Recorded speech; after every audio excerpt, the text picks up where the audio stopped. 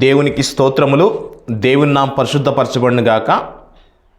నాకు ఈ అవకాశం ఇచ్చినటువంటి దేవాది దేవునికి, ఇక్కడ కుడి ఉన్న సంఘస్థులందరికీ, మరియు ఈ కార్యక్రమాన్ని ఎవరైతే వీక్షిస్తున్నారో వారందరికీ కూడా యేసుక్రీస్తు నామం పేరిట హృదయపూర్వక వందనం తెలియపరుస్తున్నానండి. దేవుని యొక్క కృప ద్వారా జరుగుతున్నటువంటి 40 రోజులు ఉపవాస దినముల సందర్భంగా జరుగుతున్నటువంటి శిలువ ధ్యానములు ప్రార్థనా కూడికలలో 8వ రోజు మనం ప్రవేశించడానికి దేవుడు ఎంతో సహాయం అందించాడండి. శిలువ ధ్యానము 8వ రోజు ప్రార్థనా కూడికలో దేవాది దేవుడు ప్రారంభ ప్రార్థన నుంచి ఇప్పటి వరకు కూడా దేవుడు సహాయం అందించి ఉన్నాడు. పరిశుద్ధాత్మ యొక్క సహాయం ద్వారా ఇప్పటి వరకు జరిగినటువంటి కార్యక్రమాలన్నింటిలో దేవుడు సహాయం అందించి ఉన్నాడు. అలాగే జరుగుతున్నటువంటి వాక్య భాగంలో కూడా పరిశుద్ధాత్మ సహాయం ద్వారా మనం అందరం కూడా వాక్య భాగంలో ముందుకు వెళ్దాము. దయచేసి వాక్య భాగంలోకి వెళ్ళేటప్పుడు ప్రతి ఒక్కరు కూడా ప్రార్థనాపూర్వకంగా దేవుని యొక్క సన్నిధిలో కూర్చోవలసిందిగా నేను ప్రభు పేరట మనవి చేయుచున్నాను. మీ దగ్గర ఎవరైనా కానీ సెల్ ఫోన్స్ ఎవరైనా తీసుకొచ్చినట్టయితే వాటిని సైలెంట్ మోడ్లో పెట్టవలసిందిగా ప్రభు పేరట మనవి చేయుచున్నాను. మనం అందరం వాక్య భాగంలోకి వెళ్దాము. కొరింథీయులకి రాసినటువంటి మొదటి పత్రిక 1వ అధ్యాయము 5వ అధ్యాయము 5వ వచనం 6వ వచనం చదవలసిందిగా కోరుచున్నానండి. క్రీస్తును గూర్చిన సాక్ష్యము మీలో స్థిరపరచబడినందున ఆయన యందు మీరు ప్రతి విషయములోను అనగా సమస్త ఉపదేశములోను సమస్త జ్ఞానములోను ఐశ్వర్యవంతులైతిరి. చాలండి, ఒక వాక్యం గురించి ఇచ్చిన ప్రార్థన చేద్దాం. దయచేసి అందరి కళ్ళు మూసుకోవాల్సిందిగా కోరుచున్నాను. మహాపరిశుద్ధుడా, మహారక్షకుడా, నీ మహోత్సవం గురించి గణనామునికి స్తోత్రం చెల్లించినామయ్యా. ప్రభువా, నీకు వందనాలు, నీకు స్తోత్రాలు తండ్రి. నీ చిత్తానుసారంగా 8వ రోజు శిలువ ధ్యానముల కుడికలలో నాయన నీకు వాక్యమును అందించడానికి నీవు ఇచ్చినటువంటి అవకాశాన్ని బట్టి నీకు వందనాలు, నీకు స్తోత్రాలు తండ్రి. అలాగే తండ్రి నాయన, ప్రారంభం నుంచి చివరి వరకు మీ సహాయం మాకు సమకూర్చండి. నీ పరిశుద్ధాత్మ యొక్క సహాయం ద్వారా నేను వాక్యమును బోధించాలి తండ్రి. అయ్యా, ఇక్కడ నిలబడి నేను వాక్యమును చెప్తున్నాను తండ్రి. నీకు ఆత్మను నింపుకుని నేను చెప్పగలగాలి తండ్రి. అయ్యా, నేను ఇక్కడ నిలబడి చెప్తున్నప్పుడు తండ్రి, వింటున్న వారందరికీ కూడా ప్రతి ఒక్కరికి తండ్రి వాక్యమును గ్రహించి వాక్యం ప్రకారం నడుచుకునేలాగా సహాయం చేయండి ప్రభా. వాక్యం ప్రకారం నడవాలి తండ్రి. అటువంటి కృపను తోడుగా ఉంచి నడిపించమని, ప్రారంభం నుంచి చివరి వరకు మీరే తోడుగా నడిపించమని మీ ప్రియకుమారుడు మా రక్షకుడు అయినటువంటి యేసుక్రీస్తు వారి దివ్య నామమున కోరి బతికిలాడి వేడుకొనుచున్నాను మా పరమ తండ్రి. ఆమేన్. హల్లెలూయా, హల్లెలూయా. చూడండి, ఇక్కడ అపొస్తలుడైనటువంటి పౌలు గారు కొరింథీ సంఘానికి అలా చెప్తున్నారండి.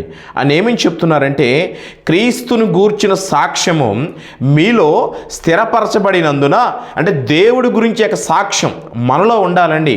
ఆయన ఎందుకు మన నమ్మకం ఉంచాలి. ఆయన నీ కోసం, నా కోసం, మన అందరి కోసం కూడా సిలువలో ప్రాణాలు అర్పించి ఉన్నారు. అలాగే ఆయన మనపై చూపించినటువంటి ప్రేమ వర్ణనాతీతము.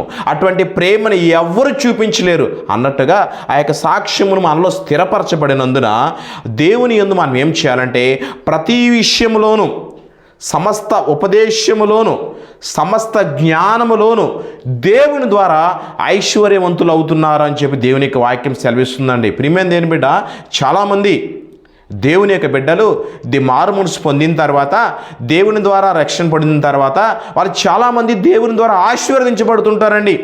వారిలో ఒక వెలుగు ఉంటుంది. వారిలో దేవుని ఆశ్రయించబడుతున్నట్టు వారందరికీ కూడా వారిలో అభివృద్ధి ఉంటుంది.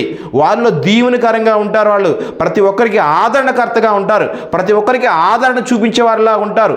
అలా ప్రతి డిఫరెంట్గా ఉంటుందండి.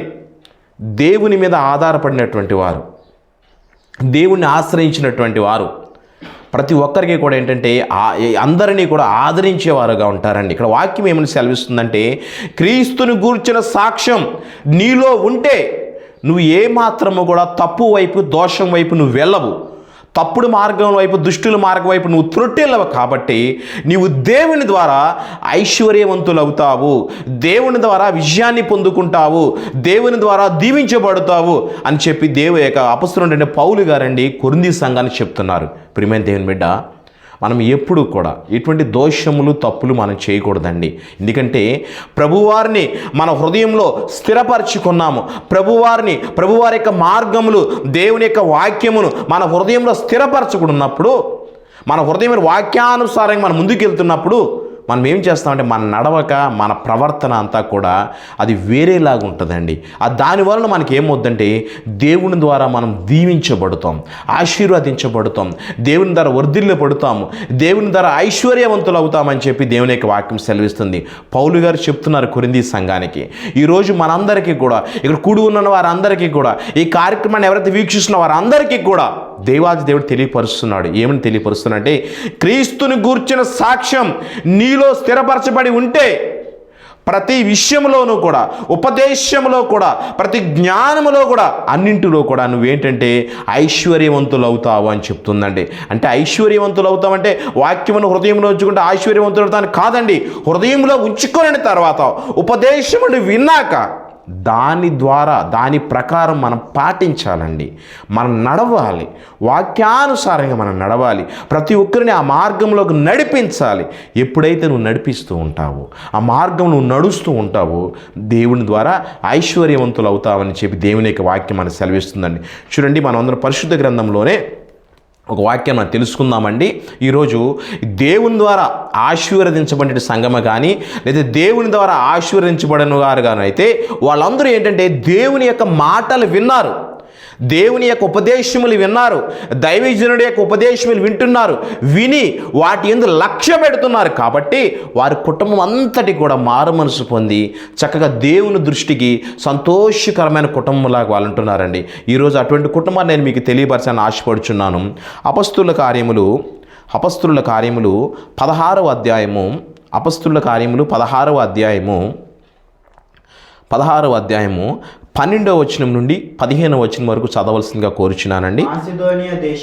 మాసిదోనియా దేశములో ఆ ప్రాంతమునకు అది ముఖ్య పట్టణమును రోమియుల ప్రవాస స్థానమునై ఉన్నది. మేము కొన్ని దినములు ఆ పట్టణములో ఉంటిమి. విశ్రాంతి దినమున గవిని దాటి నదీ తీరమున ప్రార్థన జరుగుననుకుని అక్కడికి వచ్చి కూర్చుండి కూడి వచ్చిన స్త్రీలతో మాట్లాడుచుంటిమి. అప్పుడు లూదియా అను దైవభక్తి గల ఒక స్త్రీ వినుచుండెను. చాలండి. చూడండి, ఇక్కడ అపొస్తలుడైన పౌలు గారు పరిచర్య చేస్తున్న సమయంలో ఒక నదీ తీరమున, విశ్రాంతి దినమున నదీ తీరమున అక్కడ ప్రార్థన జరుగుతుంది అని అనుకుని అక్కడికి వెళ్ళారండి. అక్కడ ఆరాధన జరిపించడానికి అపొస్తలుడైన పౌలు గారు వెళ్ళారు తన బృందంతో కలిపి. వెళ్ళినప్పటికీ అక్కడికి స్త్రీలందరితో కూడా మాట్లాడుచున్నారు పౌలు గారు. అక్కడ సంఘము గురించి అని వివరణ తీసుకుంటున్నారు. ఆ సమయంలో అక్కడ ఏమైందంటే లూదియా అను ఒక దైవ భక్తి కలిగిన ఒక స్త్రీ వచ్చారండి. అక్కడికి ఆరాధన కూడికలోకి ఒక స్త్రీ అనేది రావడం అనేది జరిగింది. తర్వాత చదవండి. ఆమె ఊదారంగు పొడి అమ్ముతురైన పట్టణస్థురాలు. ప్రభువు ఆమె హృదయమును తెరిచెను గనుక పౌలు చెప్పిన మాటల యందు లక్ష్యముంచెను. ఆమెయు ఆమె ఇంటి వారును బాప్తిస్మం పొందినప్పుడు ఆమె నేను ప్రభువునందు విశ్వాసము గలదానని మీరు ఎంచితే నా ఇంటికి వచ్చి ఉండుడని వేడుకుని మమ్మను బలవంతము చేసెను. చాలండి. చూడండి, ఇక్కడ ఊదా రంగు పొడి అమ్ముకునేటువంటి ఒక వ్యాపారస్తురాలు, ఆవిడ పేరు లూదియా. ఆ లూదియా ఏం చేశారంటే వారంలో ఉన్నటువంటి 6 రోజులు పని చేసుకుంటున్నారు. విశ్రాంతి దినము రోజు ఆవిడ యొక్క షాప్ను క్లోజ్ చేసుకొని, ఆవిడ చాలా దూర ప్రాంతంలో ఉన్నా కానీ దేవుని యొక్క ఆరాధన జరుగుతున్నట్టు స్థలము ఇక నదిని అవతల పక్క జరుగుతుంది కాబట్టి ఇక నదిని దాటుకుని అవతల పక్క ఒడ్డుకెళ్ళి ఆ దేవుని యొక్క జరుగుతున్న ప్రార్థనా కొడుకులో ఆవిడ పాల్గొన్న తర్వాత ఆ లూదియా ఆ యొక్క ప్రార్థన కొడుకులో పాల్గొన్న తర్వాత అక్కడ దైవజనులు చెబుతున్నటువంటి మాటలు ఆవిడ చక్కగా వింటున్నారు. పూర్ణ హృదయంతో, పూర్ణ మనసుతో, పూర్ణ జ్ఞానముతో ఆవిడ మనస్సును పెట్టి దేవుని యొక్క మాటలు వింటున్నారండి. వింటున్నప్పుడు వినడమే కాకుండా ఆ మాటలు ఎందుకు లక్ష్య పెట్టింది. ఆ మాటలు వింటూ లక్ష్య పెడుతుంది. పరిశుద్ధ గ్రంథంలో ఉన్నటువంటి మాటలు బోధిస్తున్నప్పుడు చాలామంది వింటుంటారండి, కానీ వాటిని గ్రహించరు, వాటి ప్రకారం పాటించరు, క్రియలు చేయరు. కానీ ఈ లూదియా దేవుని యొక్క మాటలు యందు విని ఆవిడ లక్ష్య పెట్టింది. ప్రభువారు ఎప్పుడైతే ఆవిడ మాటలు వింటున్నారో ప్రభువారు ఆవిడ యొక్క హృదయాన్ని తెరిచారండి. తెరిచినప్పుడు ఆవిడ వినినప్పుడు ఆ బిడ్డ ఏం చేశారంటే, అవి ఎప్పుడైతే దేవుని యొక్క మాటలు యందు లక్ష్యం ఉంచారో, ఎంతో ఇంట్రెస్ట్ఫుల్గా దేవుని యొక్క మాటలు వింటున్నారో, పూర్ణ హృదయంతో వింటున్నారో, ప్రభువు ఆమెను హృదయాన్ని తెరిచాడు. తెరిచిన తర్వాత ఆవిడ మారు మనసు పొందడమే కాకుండా తన కుటుంబ సభ్యులు అందరినీ కూడా రక్షణ మార్గంలోకి నడిపించడం అనేది జరిగిందండి. హల్లెలూయా, హల్లెలూయా. ప్రియమైన దేవుని బిడ్డ, నేనేమని చెప్తున్నానంటే, దేవుని యొక్క మాటలు దేవుని యొక్క బిడ్డలు చెబుతున్నప్పుడు, దేవుని యొక్క మాటలు ఉపదేశమును కానీ జ్ఞానముతో చెబుతున్నప్పుడు ప్రతి మాటల యందు కూడా మన లక్ష్యం ఉంచాలి, వాటిని వినాలి. అయ్యా, నాతో మీరు మాట్లాడండి తండ్రి, నా జీవితమును నా కుటుంబమును సరిచేసుకోవడానికి చెబుతున్నట్టు ఈ మాటల ద్వారా నేను మార్పు చెందాలి, నేను దేవుని యందు నమ్మిక ఉంచుతాను. కాబట్టి తండ్రి యేసయ్యా, ప్రతి ఒక్క కఠిన హృదయాన్ని మీరు మార్చండి తండ్రి అని చెప్పి సంతోషముగా ఆనందముతో ఇంట్రెస్ట్ఫుల్గా దేవుని యొక్క మాట మనం రిసీవ్ చేసుకుంటేనండి, దేవుడు మన హృదయాన్ని తెరిచి నీవు అనుకున్న పనులన్నింటిలో కూడా దేవుడు విజయాన్ని సమకూర్చి నిన్ను ఐశ్వర్యవంతుని చేస్తాడని చెప్పి దేవుని యొక్క వాక్యం సెలవిస్తుందండి. ప్రియమైన దేవుని బిడ్డ, ఈరోజు లూదియా దూర ప్రాంతమునికి వెళ్తుంది, మందిరానికి వెళుతుంది. విశ్రాంతి దినము రోజు వెళ్ళి దేవుని మందిరంలో పాల్గొని దేవుని యొక్క మాటలు విని లక్ష్యం ఉంచి చక్కగా తన కుటుంబం అంతటిని కూడా మారు మనసు పొంది ప్రతి ఒక్కరికి కూడా మార్గదర్శిగా నిలబడ్డారు. కాబట్టి ఈరోజు ఆవిడ యొక్క పేరుని ఇక పరిశుద్ధ గ్రంథంలో లూదియా అని లిఖించబడటం అనేది జరిగిందండి. ప్రియమైన దేవుని బిడ్డ, ఈరోజు నీవు కూడా ఈ వాక్యం వింటున్నట్టు నీవు కూడా దేవుని ద్వారా ఆశీర్వదించబడిన సంఘములాగా, దేవుని ద్వారా ఆశీర్వదించబడిన కుటుంబంలాగా, దేవుని ద్వారా ఆశీర్వదించబడిన కుటుంబ సభ్యుడిలాగా నీవు ఉండాలని చెప్పి ఈరోజు నేను మీకు ప్రభు పేరు తెలియపరుస్తున్నానండి. ఎందుకంటే ప్రతి విషయంలో దేవుని యొక్క ఉపదేశం ముందు లక్ష్యం పెంచాలి. నువ్వు లక్ష్యం ఉంచితే దేవుని ద్వారా విజయాన్ని పొందుకుంటావు. చూడండి, కుటుంబం అంతా కూడా రక్షణ పొంది కుటుంబం అంతా కూడా దేవుని యొక్క సన్నిధిలో ఉందంటే ఎంత ఆశ్చర్యకరం అండి, ఎంత అద్భుతం అండి, ఎంత ఆశీర్వాదకరం అండి. ఇక వారింటిలో ఏ బాధలు ఏ సమస్యలు ఉండవు. చక్కగా ఏ సమస్య వచ్చినా కానీ, సమస్యలు ఉండవని నేను చెప్పట్లేదులే కానండి, ఎటువంటి సమస్య, ఎటువంటి ఇబ్బంది, ఎటువంటి బాధలు వచ్చినా కానీ చక్కగా కుటుంబం అంతా కలిసి దేవునికి ప్రార్థన చేసి దేవుని ద్వారా విడుదలను పొందుకుంటారండి వాళ్ళు. కానీ దేవుడు దానికి ఏమని తెలియపరుచిన పౌలు గారు కొన్ని సంఘానికి ఏమని చెప్తున్నారంటే, దేవుని యొక్క మాటలను వింటే, దేవునికి ఉపదేశమును వింటూ అంటే దాని ద్వారా నువ్వు ఐశ్వర్యవంతులు అవుతావు అని తెలియపరుస్తుందండి. ఎందుకంటే దేవుని యొక్క క్రీస్తు ప్రభునికి వచ్చిన సాక్ష్యం నీలో ఉండాలి, నీళ్ళు స్థిరపరచబడి ఉండాలి. ఆయన నా కోసం కొరడా దెబ్బలు తిన్నారు, ఆయన నాకు శిలువలో ప్రాణాలు అర్పించారు, నేను తప్పు చేయకూడదు, నేను తప్పు చేయకూడదు, దుష్టుల మార్గం వైపు నడవకూడదు, అనునిత్యం వాక్యం ప్రకారం నడవాలి. ఎప్పుడూ కూడా శిలువ నీలో కనబడుతూ ఉండాలండి, ఎప్పుడు జ్ఞాపకము చేసుకుంటూ ఉండాలి. నేను దేవుని యొక్క బిడ్డని, దేవుని ద్వారా యొక్క బిడ్డని, ఆయనకి ఇష్టడుగా నేను ఉండాలి. ఆయన నన్ను ప్రేమించాడు, ఆయన నన్ను ఎన్నుకున్నాడు, ఆయన నన్ను ఏర్పరచుకున్నాడు, కాబట్టి ఆయన ఇష్టపడే బిడ్డగా నేను ఉండాలి అని చెప్పి నువ్వు అనుకున్నట్టయితే దేవాది దేవుడు నిన్ను దీవిస్తాడండి. లూదియా అలాగే అనుకుంది. తను విశ్రాంతి దినం రోజు ఆచరిస్తున్నారు, దేవుని యొక్క బిడ్డలు చెబుతున్న మాటలు వింటున్నారు, విని వాటి ఎందు లక్ష్యం ఉంచి వాటి ప్రకారం గైకొనాలి, దేవునికి ఆజ్ఞను గైకొనాలి అనుకున్నారు. ప్రియ సంగమా, ఈరోజు మీలో ఎంతమంది దేవుని యొక్క మాటలు గైకొని వాటి ప్రకారం నడుస్తున్నారు? ఇప్పటికైనా కానీ మీరు నడవడికను మార్చుకోవాలి. ఏదో మందిరానికి మనం వెళ్తున్నాం అనుకుంటున్నావేమో, ఏదో దేవుని యొక్క మాటలు వింటున్నాను అనుకుంటున్నావేమో, ఏదో రకరకాల ప్రార్థన కూడికి నేను వెళ్తున్నాను అనుకుంటున్నావేమో. ప్రియ సంగమా, ప్రియ సహోదరి సహోదరుడా, దేవుడు నీతో సూటిగా మాట్లాడుతున్నాడు. నువ్వు మందిరంకి వెళ్ళటం గురించి అని కాదు, మీటింగ్స్కి వెళ్ళటం గురించి అని కాదు, అక్కడ చెబుతున్నటువంటి దేవుని యొక్క మాటలు నువ్వు విని వాటిని గైకొని వాటి ప్రకారం నడుస్తున్నావా లేవా అని చెప్పి నీ హృదయాన్ని ఒకసారి నువ్వు పరిశీలించుకోవాలి, నువ్వు పరీక్షించుకోవాలి. లూదియా దేవుని యొక్క మాటలు విన్నారు, వాటి మీద లక్ష్యం ఉంచారు కాబట్టి దేవుని కృప ద్వారా తన కుటుంబమంతా కూడా దేవునికి సన్నిధిలోకి నడిపించుకోగలిగింది. తద్వారా దేవుని ద్వారా గొప్ప విజయాన్ని ఆ బిడ్డ పొందుకోగలిగింది. ఈరోజు నువ్వు విజయానికి చేరువలో ఉన్నావేమో, నువ్వు విజయం నేను వరించాను కావాలనుకుంటున్నావేమో, దేవునిలో ఎక్కువగా ఫలించాలనుకుంటున్నావేమో, దేవునిలో ఎక్కువగా బలవంతుడు అవ్వాలను అనుకుంటున్నావేమో, ఆయన మాటలను లక్ష్యం ఉంచాలి. ఎందుకంటే దేవుని యొక్క మాటలండి ఎంతో మేలిమి బంగారం కన్నా కూడా చాలా అమూల్యమైనవేనండి. చూడు, వెండిని కరిగిస్తే, మోసలో పెట్టి కరిగిస్తే ఎంత ప్యూరిఫైగా అవుతాయో అటువంటి విలువైనవి దేవుని యొక్క మాటలు. దేవుని యొక్క మాటల వల్ల బలం వస్తుంది, దేవుని యొక్క మాటల వల్ల శాంతం కలుగుతుంది, దేవుని యొక్క మాటల వల్ల సమాధానం కలుగుతుంది, దేవుని యొక్క మాటల వల్ల జీవం కలుగుతుంది, దేవుని యొక్క మాటల వల్ల సంతోషం కలుగుతుంది, దేవుని యొక్క మాటల వలన విడుదల కలుగుతుంది, దేవుని యొక్క మాటల సంపూర్ణ స్వస్థత కలుగుతుంది. ప్రియమైన దేవుని బిడ్డ, ఆయన ఏమంటున్నాడు? వాక్యమే నేను దేవుడే అని అంటున్నాడు. వాక్యంని ఎప్పుడు ధరించుకొని ఉండాలి. దేవుని యొక్క మాట నీ హృదయంలో ఎప్పుడు ఉంటూ ఉండాలి. ఆయన మాటల ప్రకారం నడుస్తూ ఉండాలి. అనుక్షణం దేవుని యొక్క వాక్యం నీలో ఉంటే అది నీకు వెలుగుగా ఉంటుందండి. చెప్తారు, నీ వాక్యమే నా పాదములకు దీపమయ్యా అంటుంది. ప్రియమైన దేవుని బిడ్డ, ఈరోజు దేవుని యొక్క వాక్యాన్ని నువ్వు వింటున్నావు, కానీ నువ్వు ఆచరించట్లేదేమో. దేవుని వాక్యాన్ని వింటున్నావు, కానీ నువ్వు ఆచరించట్లేదేమో. నా దేవుడు ఈరోజు నీతో నా దేవుడు ఈరోజు ఈ రాత్రికాలం నీతో మాట్లాడుతున్నాడు.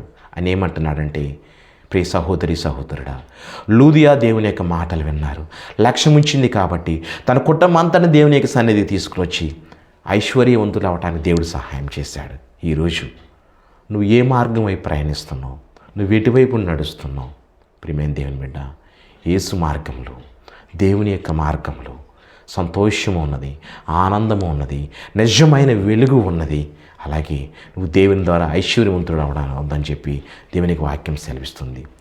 పౌలు గారు కొరింథీ సంఘానికి చెప్తున్నారు, ఆయన మాటలు వినండి, ఆయన ఉపదేశం ఉండండి, క్రీస్తుని గూర్చిన సాక్ష్యం నీలో స్థిరపరచుకోవాలి. అప్పుడు తద్వారా దేవుని ద్వారా నువ్వు ఆశీర్వదించబడతావని తెలియపరుస్తుంది. కాబట్టి లూదియా దేవుని యొక్క మాటలు విన్నారు, యోబు దేవుని యొక్క మాటలు విన్నారు, పౌలు గారు దేవుని యొక్క మాటలు విన్నారు, హన్నా దేవుని యొక్క మాటలు విన్నారు. అలాగే పరిశుద్ధ గ్రంథంలో ఎంతోమంది భక్తులు దేవుని యొక్క మాటలు విన్నారు. కాబట్టి దేవుని ద్వారా వాళ్ళందరూ కూడా విజయాన్ని పొందుకోగలిగారు. ఈరోజు ఈ రాత్రికాల సమయంలో నీవు కూడా దేవుని యొక్క మాటలు విని దేవుని ద్వారా నువ్వు ఆశీర్వదించబడాలని కోరుచున్నావా? నువ్వు ఆశీర్వదించబడాలి అని కోరుచున్నట్టయితే, దేవుని ద్వారా విజయాన్ని పొందుకోవాలని కోరుకున్నట్టయితే దయచేసి నాతో కళ్ళు మూసుకోనండి, ఏకీభవించండి. నాతో ప్రార్థనలో ఏకీభవించండి.